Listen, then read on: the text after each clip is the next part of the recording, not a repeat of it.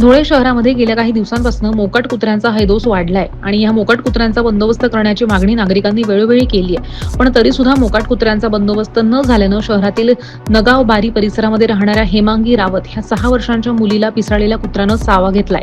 त्यामुळे गंभीर दुखापत झाली आहे. त्यामुळे धुळे मनपा प्रशासनानं तात्काळ हा मोकाट कुत्र्यांचा बंदोबस्त करावा अशी मागणी मुलीच्या आईनं केली आहे. या मुलीवर धुळे जिल्हा रुग्णालयामध्ये उपचार सुरू आहेत. महानगरपालिकेनं मोकाट कुत्र्यांचा बंदोबस्त करावा, अन्यथा आयुक्तांच्या दालनाला टाळे ठोकण्याचा इशारा परिसरातल्या नागरिकांनी दिलाय.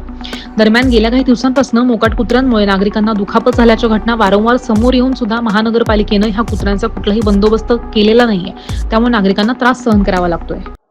माझं नाव ज्योती रावत, मी राहायला नगावबारी 2 नंबर मारुती मंदिर. काल सुमारे 6 ते 7 वाजता माझ्या मुलीला एक पिसाळलेलं कुत्र्याने चावलेलं आहे.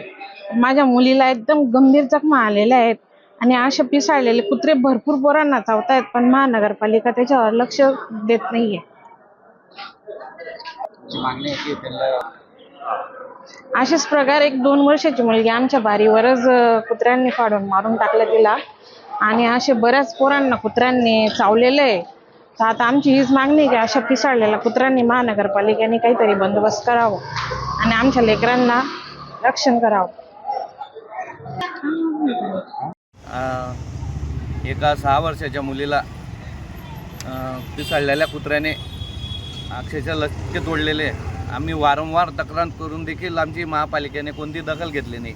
एखाद्या व्यक्तीचा जीव गेल्यावरच लक्ष देणार आहेत का, असा प्रश्न आमचा निर्माण झाला. आता आम्ही आमच्या देपूर युवा मंचच्या वतीने नगोबारीच्या सर्व लोकांच्या वतीने आम्ही आयुक्त साहेबांना निवेदन दिलेलं आहे की तुम्ही लवकरात लवकर कुत्र्यांचा बंदोबस्त करा, मोकाट कुत्र्यांचा. इतके कुत्रे वाढून गेलेले आहे भाऊ, अक्षरशः म्हणजे एखाद्याला वयस्कर लोकांना बी जाण्यासाठी त्यांचा जीव घाबरतो. इथं लहान मुलांना इतका त्रास होऊन गेलेला आहे यांचा. आता मागे एक वाडी भोकरला बी असं एका लहान मुलीचे अक्षरशः 15-20 तुकडे करून त्यांनी ती मुलगी जागेवर मेली होती. आता ही मुलगीला जर तिथं सोडवायला लोक नसते राहिले, त्याचाही जीवाचं बरं वाईट झाल्याशिवाय राहिलं नसते.